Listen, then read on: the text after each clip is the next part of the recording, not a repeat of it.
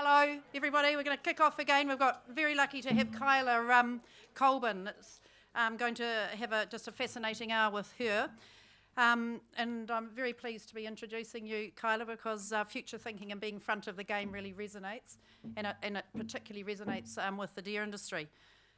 As an industry, we are seen to be, and we're forward-thinking, we're seen to be innovative and light on our feet. But currently, the primary sector does have quite a few challenges.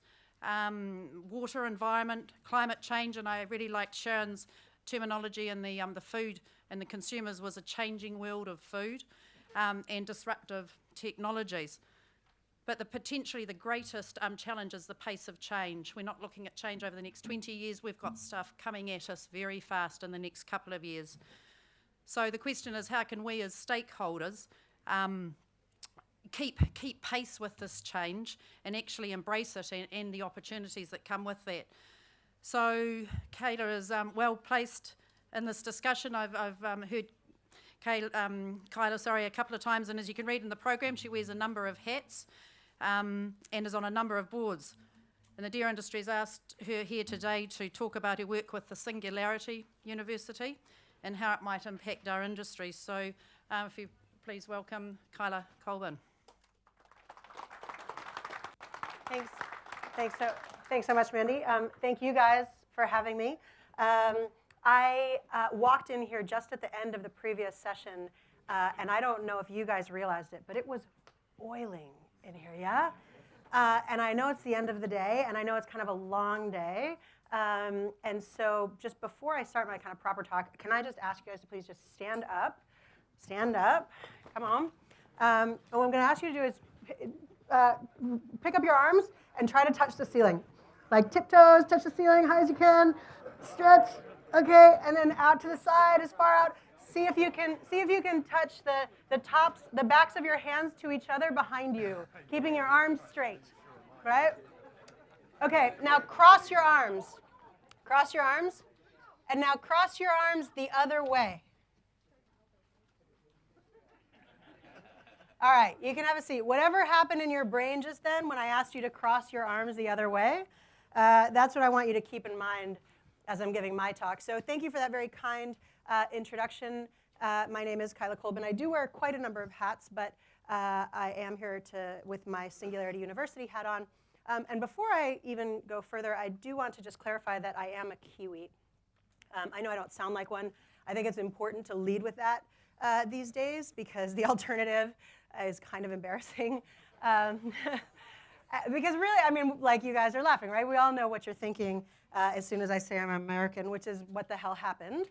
And I don't say this to bash the guy, but really because it's so shocking, it's so surprising, right? Like it's surprising to everybody, even people who are fans of him, who voted for him.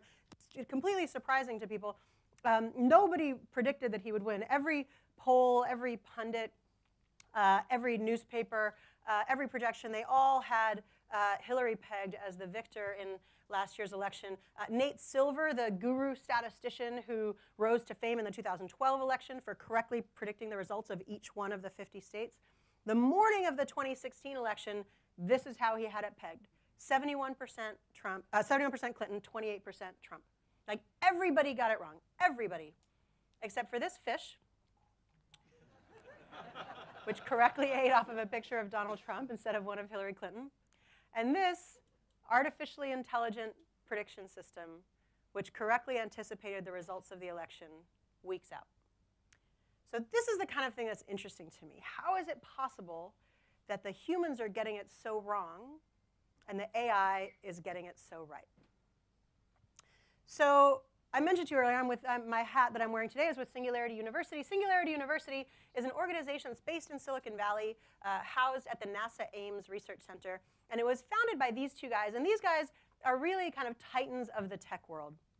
The guy on the right is Peter Diamandis. And he's done many, many things. But one of the things he did is he started X Prize Foundation. X Prize Foundation does very large cash prizes for extremely ambitious but extremely well-bounded engineering challenges. I'm going to walk around a little bit because I can see with these columns that sometimes I'm out of view of people. So I'm going to disregard the stage. I hope that's all right. So the first thing that X Prize did was a $10 million US prize for the first private group that could get a manned vehicle to space and back, land it safely, and then repeat that feat within 2 weeks. And that prize is what led to Virgin Galactic, it's what led to SpaceX. Like pretty much the entire private space industry was kickstarted by this large cash prize. And they've gone on to replicate that model in all sorts of industries, in drought and healthcare, education. They've just done it all sorts of ways. And what they've found is that as a model for spurring investment into R&D and innovation, it's tremendously effective. As I said, he's done lots of other things. He started International Space University. He's written a few books, very highly regarded. The guy on the left, even more legendary and more relevant to the conversation we're about to have today. So his name is Ray Kurzweil, and he invented pretty much everything. He invented flatbed scanners. He invented optical character recognition. He invented text-to-speech for blind people. He invented the Kurzweil synthesizer. He's got 21 honorary doctorates. He's received honors from 3 US presidents. He's been called the rightful heir to Edison. But most relevant to today's conversation is that they've gone back and looked at the predictions he's made about where technology is going since the late 80s, early 90s. And they found that he has an astonishing 86% accuracy rate.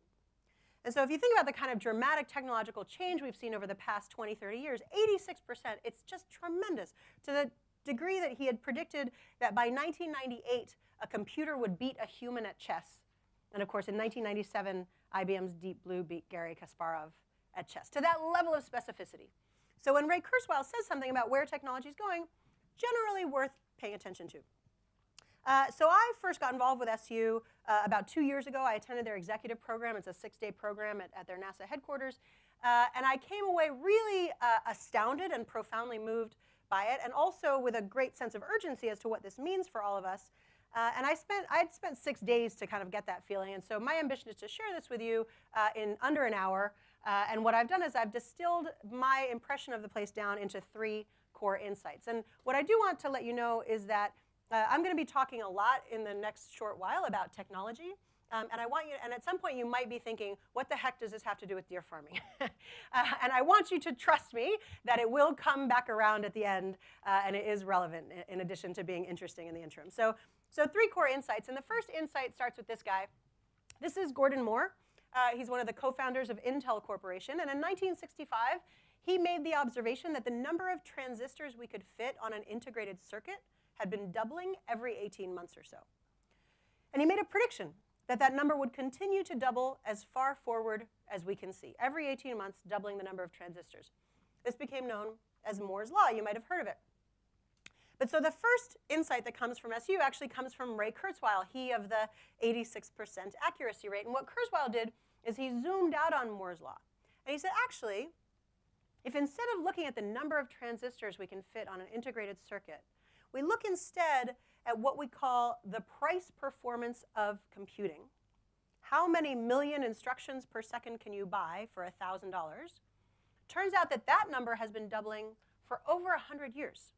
Right? So insight number 1, it's not about the transistors, it's about the price performance of computing. It's been doubling, starting way back with the beginning of computing with electromechanical punch cards, moving on to relays, and then vacuum tubes, and then transistors, and then integrated circuits. Moore's Law is actually the 5th iteration of this underlying doubling paradigm, not the first.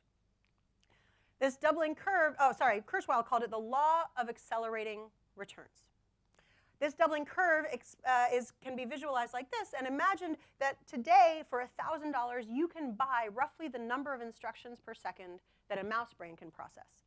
But according to Kurzweil, by about 2023, for $1,000, you'll be able to buy the number of instructions per second that a human brain can process. And by 2049, for $1,000, you'll be able to buy the number of instructions per second of all human brains on the planet combined. This doubling curve explains why you today, via the smartphone in your pocket, have access to more information than Bill Clinton had the entire time that he was president of the United States. I reckon that's why he looks kind of pissed off in this picture, right? He's like, wish I had an iPhone. Although I'm sure he's super glad that Instagram was not a thing. Dodged a bullet, Bill. Right. So that's insight number 1. It is not about the transistors. It's about the price performance of computing. Insight number 2 is it's actually not about computing. This doubling phenomenon applies to any technology once it becomes information enabled. Think about something like photography. Photography used to be substrate enabled. It was dependent on the physical film for you to do the thing, right? And then it became information enabled, dependent instead on ones and zeros. Once that happens, it starts to follow a doubling in price performance. And today you can buy a smartphone with a 41 megapixel camera on it, and we don't think that's weird. That's just sort of the normal, the way of technology, right? So some of the technologies that have become information enabled and are now following doubling curves, computing obviously the base one, but also artificial intelligence, robotics, biotechnology, nanotechnology, medicine, neuroscience, energy, all becoming information enabled, powered by ones and zeros, all starting to follow a doubling curve.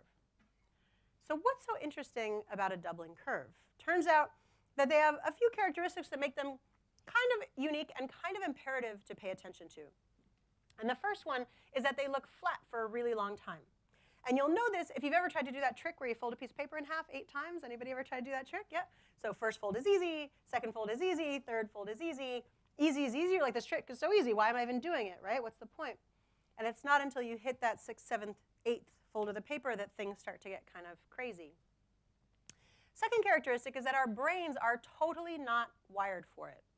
We evolved on the savannah chasing prey and running from predators that behaved in a predictable linear fashion, right? We can expect a lion to run from there to here. We do not expect a lion that's going to run from there to the moon. And so as a result, the experts continue to predict linear. No matter how much evidence we have to the contrary, we continually get this wrong. Gordon Moore himself twice said that Moore's law was over. Both times proven wrong.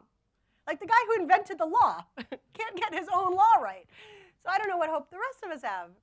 But the difference between something following a linear trajectory and something following a doubling curve is insane.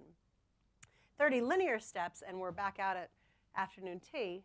30 doubling steps, and we're 26 times around the planet.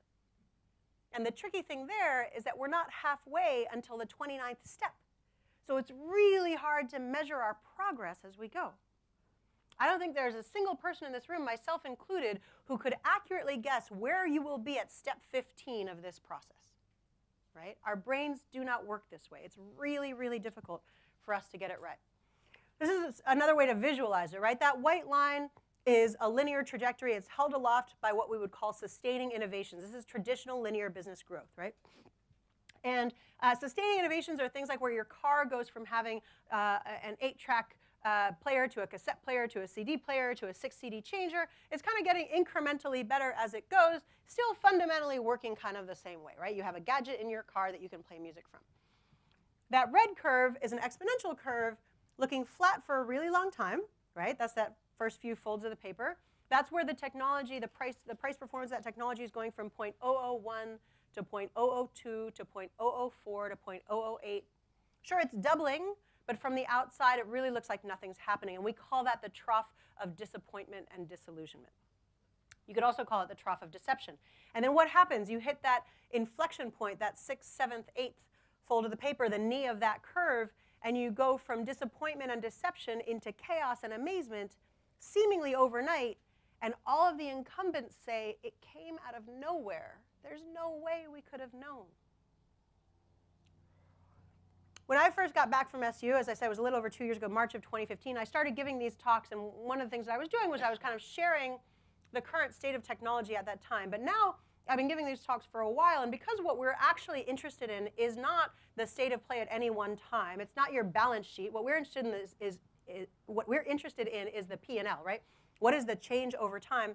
And now that I've been doing this for a while, I've been able to see this kind of firsthand. What does this look like? What does exponential tech look like? What does a doubling curve look like? And so to demonstrate this, I'll share with you what has happened just in the past 2 years, specifically as regards self-driving cars. So when I first came back from SU, March of 2015, the only thing people talked about with self-driving cars was some people vaguely knew that Google had a self-driving car program. That was kind of it. That was, in terms of the general public awareness of these vehicles. In June of that year, June 2015, Google's self-driving car program hit 1 million miles traveled. total since inception, right? This was a huge milestone for Google. 1 million miles their cars had logged driving around the streets of San Francisco. In October of that year, October 2015, Tesla released a push update to owners of its Model S vehicle. This is a Model S. This update was distributed wirelessly overnight while the owner slept. You didn't have to do anything to get it. You woke up in the morning and your car had autopilot functionality.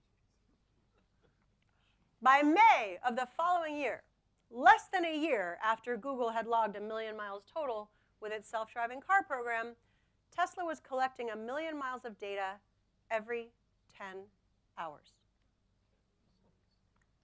They've taken over 400,000 pre-orders for their Model 3. What is that going to do to their data collection? What is that going to do to their algorithms and their ability to deliver self-driving capability that much faster? In Christchurch, where I live, in December this past year, we took possession, the Christchurch airport took possession of a self-driving shuttle. They're going through the process now of working through all the regulatory hurdles for what needs to happen to make this available to the public. It's fascinating stuff. There is nothing in New Zealand law that says that you have to have a driver behind the wheel of your vehicle, right? I suspect this is largely because they never imagined that you could not have a driver behind the wheel of your vehicle. But there are things in New Zealand law that represent hurdles to the uptake of a vehicle like this. For example, you do have to have your rego in the front windscreen. This is an electric vehicle. Because of the way that electric drivetrains work, this vehicle does not distinguish between front and back. It can equally go either direction. It therefore has 2 fronts. You're not allowed to have 2 regos. Again, I don't think the people who made this policy were intentionally trying to be obstructive about it, right? I think they just never contemplated this kind of scenario. So it creates all sorts of challenges, regulatory challenges, political challenges, et cetera. Elon Musk has recently said he projects that all new vehicles will be self-driving within 10 years. And because our minds work linear, here is what typically happens when you see a headline like this, right? You go, all right, 10 years. 10 years, there's about a 15 to 20-year inventory of vehicles on the road in the market right now. And so if you have all new cars with airbags, for example, within 10 years, then it would take 25 to 30 years before every single vehicle on the road has an airbag, right? So you kind of can do that math here. 10 years, maybe 25 to 30 years, all vehicles will be self-driving. But of course, that's not how it's going to work. First of all, this is new cars, right? But last year, a group called Comma.ai came out with a $999 kit where you could retrofit your existing vehicle and make it self-driving. They got a letter from the Transportation Safety Administration in the US saying, hey, could you tell us a little bit more about your safety plans? And they went, that's too scary. We're going to pull our product from the market. So that product is no longer available. They put the specs for their product online. A kid at Stanford has turned his car into a self-driving vehicle for $700 using off-the-shelf parts. Now, of course, he doesn't have insurance for that. Again, that's not a mainstream product, but what it tells you is that the tech is absolutely there. And when someone with the deep enough pockets and big enough ambition and a low enough level of fear of the regulatory hurdles required takes that up, that is absolutely going to happen. So that's one thing. But the second thing that's going to happen is that our entire transport paradigm is going to change. So right now, we have this mental picture of I have a car, my car's at my house, I wake up in the morning, I get in my car, I drive to work, I park my car, I go into my office, right? And so again, we do this linear projection. We go, when there's self-driving cars, I will have a car, it'll be at my house, I'll get up in the morning, I'll get into the car, it'll drive me to work, I get to the office, we park, and I go into the office. But that's not how it works. First of all, a self-driving car doesn't need parking. It just needs a place to wait. Right? It can park itself, and if the place it's waiting is inconvenient, it can go somewhere else and wait somewhere else. But second of all, one of the things that groups like Uber have trained us for is that we no longer need our own car. Right? What we've seen in markets where there's significant uptake of Uber is that purchases of new vehicles go down. And because people are getting trained to take their phone and push a button, and the vehicle pulls up, and you just get in that car, and it takes you where you want to go. Right? And I will tell you, I had a stint once this is really random, one of my very random gigs that I had a stint once, for 4 days, I was a chauffeur for the NBA All-Stars. I drove basketball players around Denver, Colorado. It was so random. LeBron James, I don't know if any of you care about basketball, but anyway, I didn't care about it either, but there were literally women screaming and clawing at our windows to get at him. And I will tell you, as a driver, it does not matter if there's a human in the car. They don't notice. Right? You might as well not exist. And so this thing of like the mind, people go, oh, the mind shift. is actually, it's a much lower hurdle than you would imagine. And because of all of this, this white paper came out maybe 2 weeks ago from Rethink X. It's a group headed up by Tony Seba and Paul Arbib. And they are projecting that 95% of all miles traveled in the US will be autonomous electric vehicles by 2030, 13 years from now. 95% of all miles traveled, right? When this stuff hits, when we hit that inflection point, it happens so much faster than we're prepared for. So insight number one, not just about the transistors, it's about the price performance of computing. Insight number two, not just about computing, it's about any information-enabled technology. Insight number three is that these technologies are now converging. So now we have to consider what happens when an exponential progression in something like artificial intelligence converges with an exponential progression in robotics, right? Super intelligent robots. What happens when an exponential progression in biotechnology and bioengineering converges with an exponential progression in 3D printing at the atomic scale? And it basically means you can literally create anything you want from the atomic level up. So what does all of this stuff mean? Well, huge opportunity, a tremendous amount of opportunity. These technologies are enabling a world of abundance that is unlike almost anything we've ever seen in history. And all of that comes with a not insignificant amount of terror. Current projections are anywhere from 47 to 81% of jobs as we currently understand them will be under threat from technology within 20 years. Within 20 years. Now, you might have seen this headline last year, Apple's Foxconn factory in China. They fired 60,000 people and replaced them with robots. This is a terrible headline for many reasons, not least the impact on those 60,000 people. In a place like New Zealand, 60,000 people would be devastating. Obviously, in China, you know, in terms of scale, that's a lower impact on the overall market. But Foxconn, in December, came out with a 3-stage strategy to automate all of their factories. Foxconn employ 1.2 million people. And if you think they can't do it, they absolutely can. This factory in Dongguan in China, they fired 90% of their staff. Productivity went up 2.5 times, defects down 80%. They went from 650 people to 60 people. So here's the problem with that. The problem with that is that if you are the CEO of that company or the owner of that company, this is absolutely the logical thing to do. Of course you're going to buy the robots. If you don't buy the robots, your competitors are going to buy the robots, and you will no longer be able to compete. So this is an eminently sensible approach to your business. But we can all imagine what happens when everyone takes this approach, right? This is a real challenge when what makes sense at the micro level creates huge problems in the aggregate. So this story, as I said, these are terrible stories, but to be fair, this overall narrative, right, this idea, factory workers replaced by automation, that is a narrative, a plot line that we've heard before, right? This is not the first time in history we've come across 200 years of headlines saying jobs are going to be eaten by robots, right? And particularly this kind of thing, right? Factory workers replaced by automation. That's something that we're really familiar with. A little bit less so this one, artificially intelligent lawyer hired by its first law firm.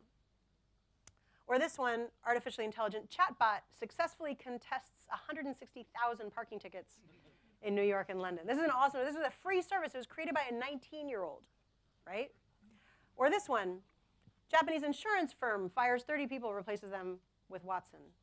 Or this one, artificially intelligent teaching assistant helps students online for an entire semester and nobody noticed.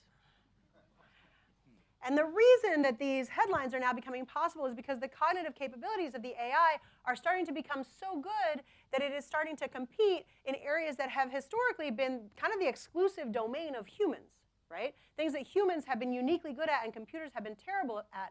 And a really good example of this is image recognition. Image recognition is something, computers have always been awful at image recognition, and humans are awesome at it. Right? This is totally one of our unique skill sets. And the reason we're so good at it is because we have an evolutionary advantage and imperative to being good at it. Right? When you are a baby, you have 2 jobs. Find your mom and find the boob. That is all you need to do to be successful as a baby.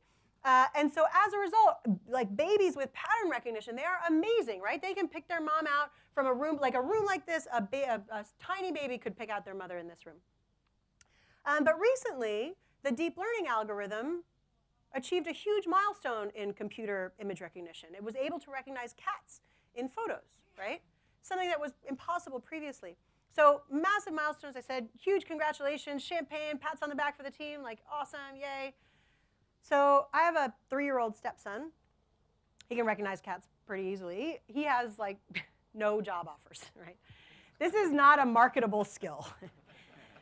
Not to denigrate the team, right? Well done. But so of course, but they don't stop there, right? They didn't go, oh yay, we can recognize cats. We're done. They keep working on it, and they go from being able to recognize cats to being able to recognize numbers in images, right? Again, massive leap forward, much harder to do than just the cats. Again, you know, pats on the back, champagne, celebrations. My 7-year-old stepson can do numbers pretty well. Still no job offers. I'm hanging out for it, right? I'm expecting these guys to pull their weight pretty soon. But again, with the computers, they don't stop at the numbers either. They keep going, and they go from being able to recognize cats to being able to recognize numbers to being able to recognize mitosis in cancer cells, which currently requires a trained pathologist. Except the computer can do it 1,000 times as fast and 1,000 at a time, and will only ever get better. Every new human pathologist has to start from 0. Every new computer starts with the sum total of all the knowledge of all the previous computers, which is why these things progress exponentially. We're continually using better tools to build better tools. So that's the terror. But it's also the opportunity. If you need mitosis diagnosed, would you rather have something with an incredible accuracy rate or a not great accuracy rate? IBM's Watson is better at diagnosing cancer than human doctors. And let me just do, I'm just going to do a quick exercise here. Let's just do a quick, if they were absolutely equal in terms of their diagnostic ability, if a computer and a human were absolutely equal, show of hands, who would rather have a human doctor? Okay, almost everybody, right? If they're absolutely equal, almost everybody would rather have a human doctor. And totally understandable, right? You'd like to be able to look someone in the eye. You'd like to feel that the person you're talking to has some level of compassion, some level of empathy for what you're going through, can think of creative things or whatever. Okay, now let's imagine for a second, what I'm going to ask you to do, I'm going to ask you to put your hands up, and let's say, imagine for a second that the human doctor has a 50% accuracy rate, right? Now let's say that you value the human doctor a little bit more than you value the computer because look you in the eyes and compassion and all that kind of stuff, right? So maybe you give the human doctor a little bit of leeway. So if the computer's a little bit better than the human doctor, you're still going to stick with the human, right? So what I'm going to ask you to do is put your hands up, and what I want you to do is drop your hand when you would switch to the computer, okay? So human, 50% accuracy rate, computer, 50% accurate. Everybody get your hands up, right? 50%, we're all sticking with the human. Okay, if the computer is 55% accurate, would you switch? Few people. If the computer is 60% accurate, would you switch? If the computer is 65% accurate, would you switch? 70. Anybody saw one maybe? Anybody still have their hand up? Watson is 90%. Every single person in this room would rather know, even though it's something terrible, you'd rather know with 90% accuracy than you would with 50% accuracy, even if you get the looking in the eyes and the empathy and all that kind of stuff. That chatbot that I mentioned earlier, that 19-year-old, he's now redeployed that chatbot to help refugees seek asylum. This company was spun out from Singularity University. It's called MatterNet. They're using drone technology to deliver food and essential medicines to the 2 billion people in the world who don't have access to all-season roads. Right? When they first started, the drones could only carry so much, and they could only go so far. Right? Their payload was limited, their distance was limited. But this technology is growing exponentially. It's following a doubling curve, and they're able to scale their impact as the underlying technology scales. Right? It's tremendous opportunities, and as I said, it's an opportunity to create a world of abundance that is unlike anything we've ever seen before. It's basically a world where pretty much anything you've seen in science fiction is not only possible, but plausible, and probably already here. So do we have any Star Trek fans in the room? A couple, one, up the back, couple? Yeah, awesome. Right, so this is the Star Trek medical tricorder. On Star Trek, you go down to some alien planet, you come back with some alien bug, you go to the sick bay, they have a handheld device, they run it up and down you, tell you what's wrong with you. This is what it looks like in real life. This is part of a $10 million Tricorder X Prize for the first handheld device that can beat the diagnosis of 7 out of 10 board-certified physicians across a range of 12 ailments. They started with over 300 teams. This was the winner. It was announced last month. It's from a company called Final Frontier Devices. The Star Trek Medical Tricorder is now here. It's a thing. You can buy it, right? This is a world of unprecedented opportunity. So I want to tell you a story, and then I want to come to the part about how this actually directly affects you guys and your work. So the story is kind of the story of how I realized how dramatic the effects of all of these technologies are. And what happened is, I went to SU, and one of the other hats that I wear is that I run our local TEDx event, TEDx Christchurch. And if you're familiar with the TED conference, TED is just ideas worth spreading. And so we get all sorts of speakers doing all sorts of randomly amazing things from all over the world. And I've been doing that for about 7 years. And when I went to SU, I felt like because of the stuff I do at TED, like I kind of paid attention to new innovations, right, to up-and-coming technologies and things like that. And so I went to SU, and I heard about a bunch of stuff I'd already heard about before, right? I'd already heard about 3D printing. I'd already heard about self-driving cars. I'd already heard about artificial intelligence. And so it wasn't that I'd never heard of these things before. That wasn't what was so impactful for me. It was that when I heard about these things at SU, what I took away was an entirely new, coherent narrative that took all of these individual, disparate developments and put them together in a way that made so much sense. It was an entirely new paradigm about the way that the world worked. And so I left SU with this new paradigm, and all of a sudden, every new data point that I got, instead of going, oh, that's interesting, and oh, that's interesting, and oh, self-driving cars, and oh, artificial intelligence, I went, oh, that's interesting, it goes right here. And I'll give you the practical example of this. So I leave SU, and a week after I left SU, I went to TED. And when I was at SU, they talked about 3D printing, and I learned there what I hadn't known before, which is that 3D printing has actually been around for over 35 years. Right? I had not realized this. 35 years. 35 years, and when you talk to anyone in the 3D printing space, all they tell you is how revolutionary it is, and how it's going to totally disrupt everything. And then you look at it, and you're like, it's shitty models of Yoda's head. This is not revolutionary, right? Like, there is no incumbent Yoda's head model industry that's like freaking out because the 3D printers are coming. But so I leave SU, and I go to TED, and at TED, this guy, Joseph DeSimone, gets up on stage, and he's like, 3D printing sucks. This sucks. And the reason it sucks is because it's not actually 3D printing.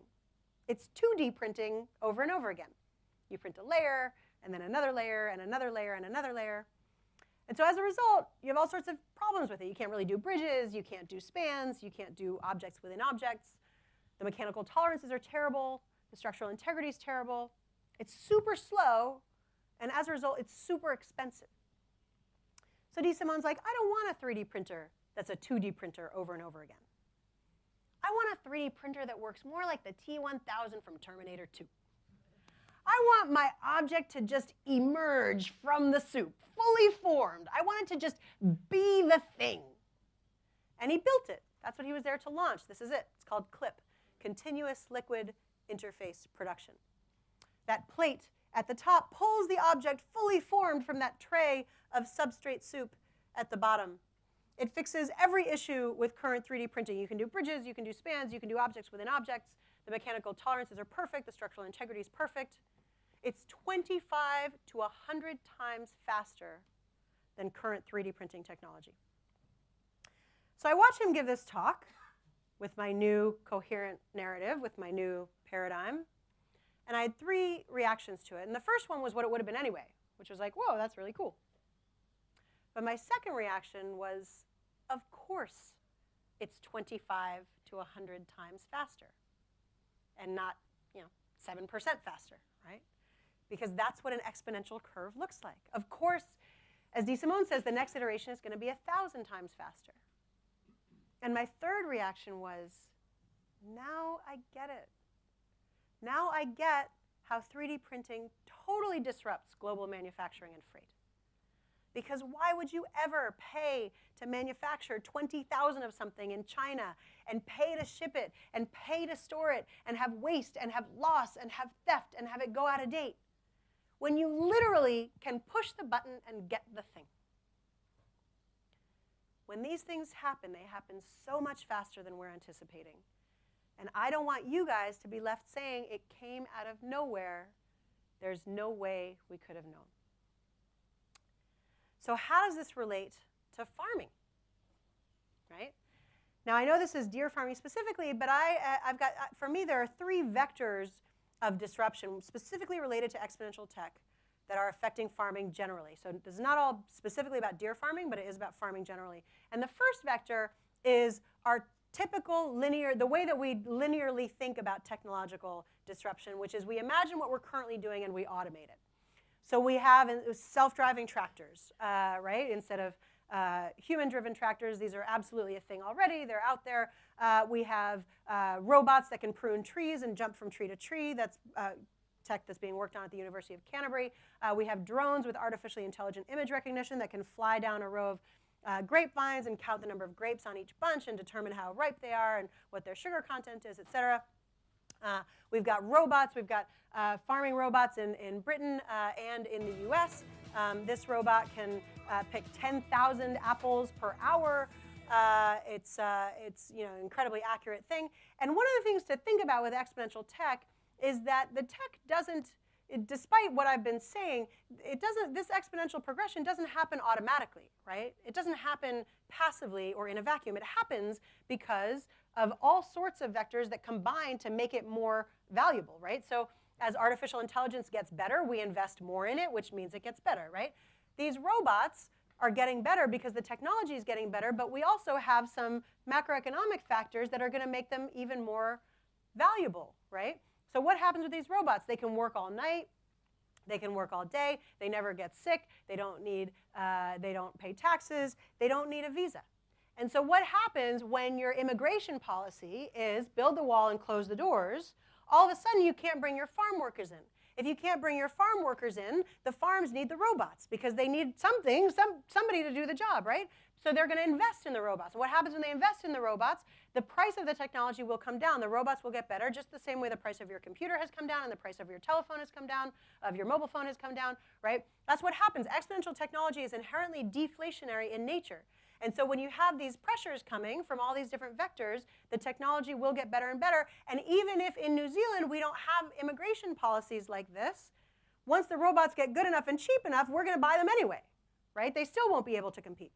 So that's one vector, right? That sort of linear approach, thinking about what we currently do and how can we automate it.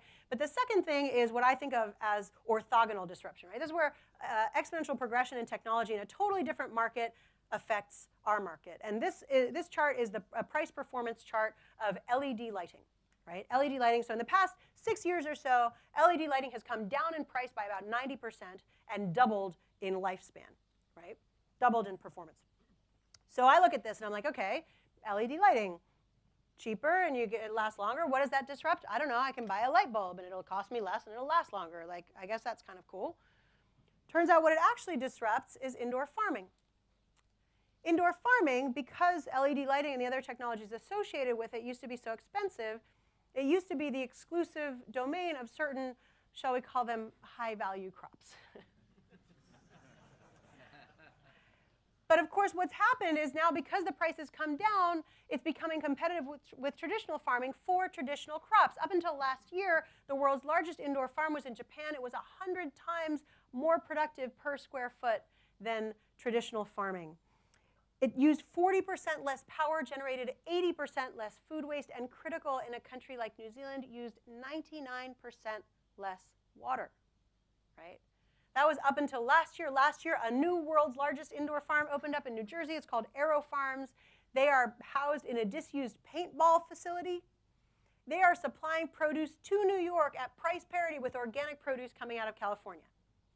130 times more productive per square foot, 95% less water. And you show me the farmer who would not like total control over the weather. But that's what these people get. This one just came out about last week. I saw that I was giving a presentation to Naitahu Farming, and this came across my desk literally that morning. This is a group called Plenty. At Plenty, they're growing vertically. So basically, all these farms are vertical farms, but typically indoor farms have shelves that stack, right? So it's still horizontal. It's just stacked horizontal. These guys are literally vertical. You can see on the left the rows of lights, right? The lights shine across onto the crops. They grow up like that. Because they're doing it that way, they are 350 times more productive per square foot than a traditional farm, right? This is absolutely an area where we are hitting the knee of that curve, that inflection point, that 6th, 7th, 8th fold of the paper. And we're not there yet, but I think this is going to explode. So that's the first one. That's the second one. The third one is the one that I think is, oh, sorry, this was from the CEO of that organization, who was just reiterating the convergence message, right? That because utility computing, Internet of Things, machine intelligence, all of that stuff has all come together in order to make this possible. 7 years ago, you would have spent 64 times the amount of money to buy the same volume of LED lighting, right? Okay, so that's just reiterating that kind of message. The third one is the one that's more directly relevant to your work and the one that's the most sort of sensitive to bring up in front of a crowd like this, and that's the bioengineered product. And so I want to tell you a story about how I first realized, much like with the 3D printing, like how I came to realize that this actually might be a thing. So when I was at SU, when I did the executive program, we had a guy get up on stage named Raymond McCauley. He's the digital biology guy. And he got up on stage and he talked to us about bioengineered milk.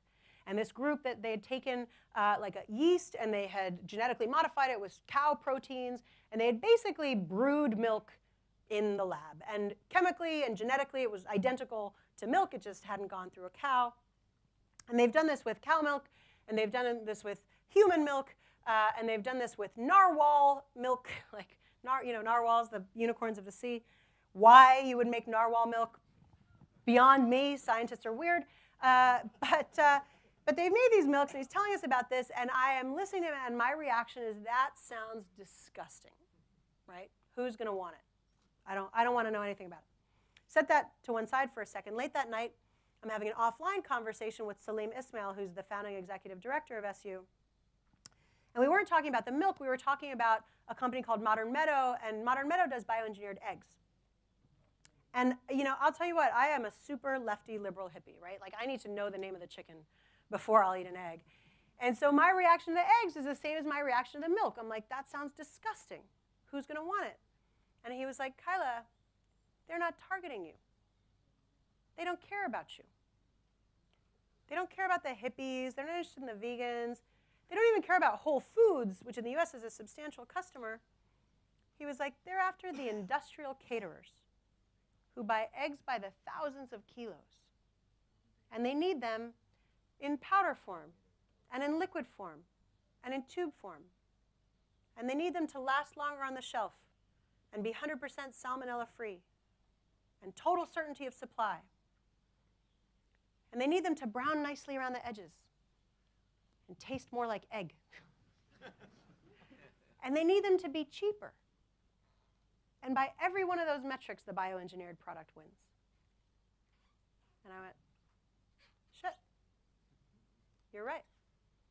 And then actually, maybe the bioengineered milk product wins too. And I was like, are we really taking this seriously in New Zealand, like the backbone of our economy, primary industry? Do we really understand the potential disruptive nature of these technologies? I want to tell you some more about this, but if you'll indulge me, I first need to take a little bit of a jump, a little bit on a tangent. So this chart has nothing to do with farming. Well, to the extent that energy has to do with everything, it has to do with farming. But basically what we're looking at here, this is another one of those price performance charts, right? At the beginning, we looked at price performance of computing. We've looked at price performance of LED lighting. They all look a little bit different, but they're all roughly telling you the same thing. What we're looking at here is price performance of energy by different fuel types. So on the y-axis, we've got the price per million BTUs of energy. On the x-axis, we've got the year.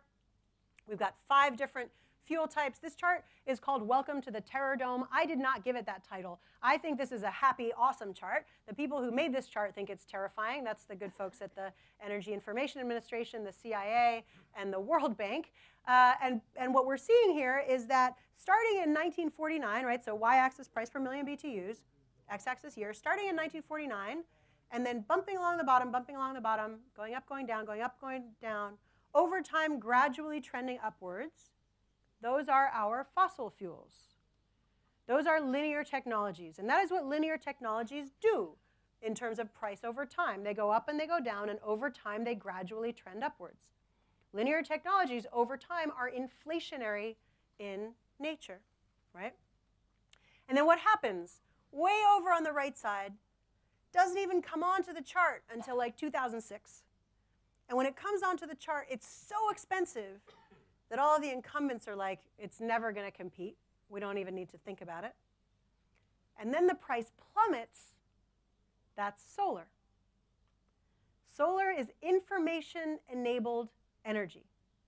It is currently doubling in price performance faster than Moore's law. Last year, we hit a new world record solar price, 2.54 cents per kilowatt hour. In the US, average price for coal-generated power is 12 cents per kilowatt hour. Do you think these guys are worried about solar now? Okay. Does everybody understand this chart? Have I explained this chart clearly? Nobody has any questions about what they're looking at here? Okay. Let's bring it back to the farming. Our team just recently did some proprietary research. A guy named Jeff Willis on our team did some investigations for us, and this is the first bit of research that he did. He looked at price performance of chicken and beef. So this is pretty much exactly the same chart we were just looking at, right? That one was energy. This is chicken and beef. The y-axis, we've got cost per kilogram in US dollars. The x-axis, we've got the year. We went back to 1980. The blue line's the beef. The orange line's chicken. And what do those lines do? They go up, they go down, they go up, they go down. They bump along. Over time, they gradually trend upwards.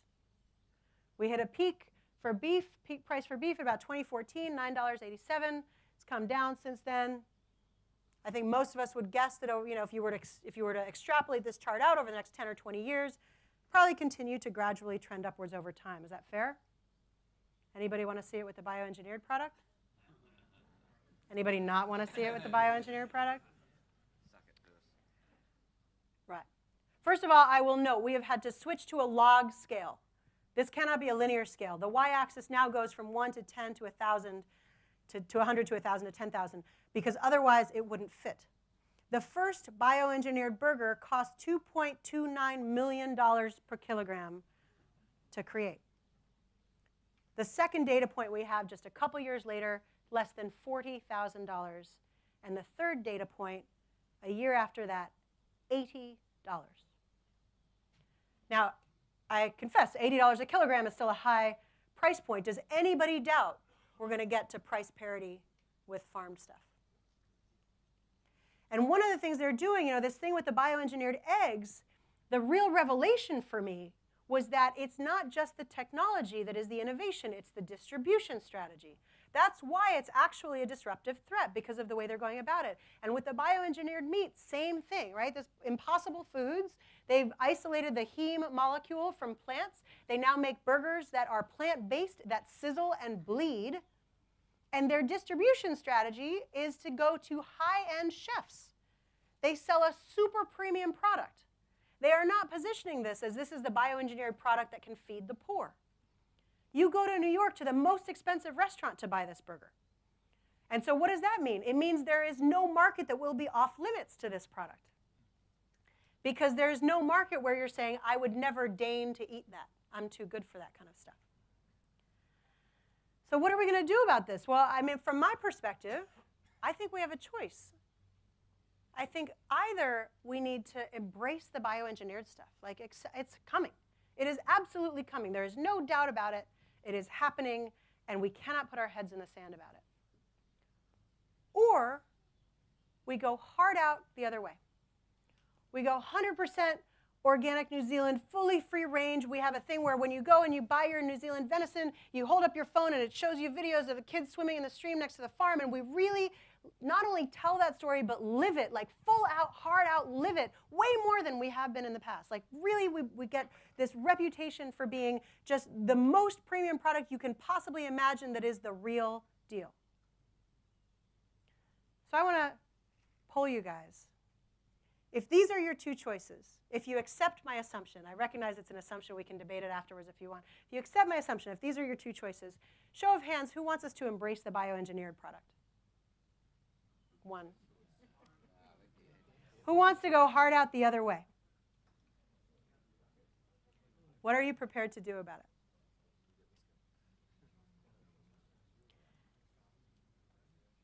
That's me. Thank you. I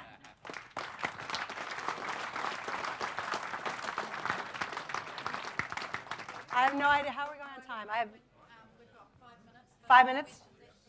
Got it. So Perfect Day, they do the Yes. milk thing as well? Yep.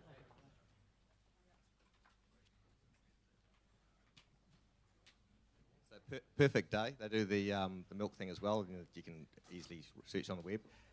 How do you invest into something like that? How do you invest into something like that? Well, I mean, you just need to be paying a lot of attention to it, right? A lot of these companies are not open for public investment as of yet. So they're certainly the ones that are Silicon Valley based are there are a lot of VCs that are competing to be able to get in, and they're looking at sort of $50 million, $100 million kind of scale investments, billion-dollar investments, that kind of thing. So it can be hard, certainly for somebody like myself, I would never be able to invest in something like that. I know there are some people in New Zealand, like there's nothing really happening in this space in New Zealand, but there are some people who are interested in getting something happening. And so I reckon if somebody put their hand up and said, we're looking for people in New Zealand who are looking to go into this area, there would be some appetite for that, certainly amongst the kinds of groups that we talk to. So if that is something that you're looking for, let me know, and we'll put the word out there. Kyla, you've got a completely cold perspective on meat. So if you make the key assumption that we either embrace the disruption and work out how to differentiate the product that we can produce ourselves, or we run away from it unless let somebody else disrupt us, from a consumer, or from your perspective, which is different to ours, where would you look to take the advantage out of this disruption? Yeah. So I don't. First of all, I am a lefty liberal hippie, but I do eat meat. I had your venison for. I was wondering whether they were selling venison in the cafe just because you guys are here. But so from my perspective, I think that New Zealand has a unique advantage in that second option, right? I think we already have all of the foundational principles that we need in order to tell that story. I think in many ways we've gotten away from that story a bit, and that's certainly not to point fingers, but a lot of the headlines have been sort of challenging that clean green image that we've put forward about ourselves.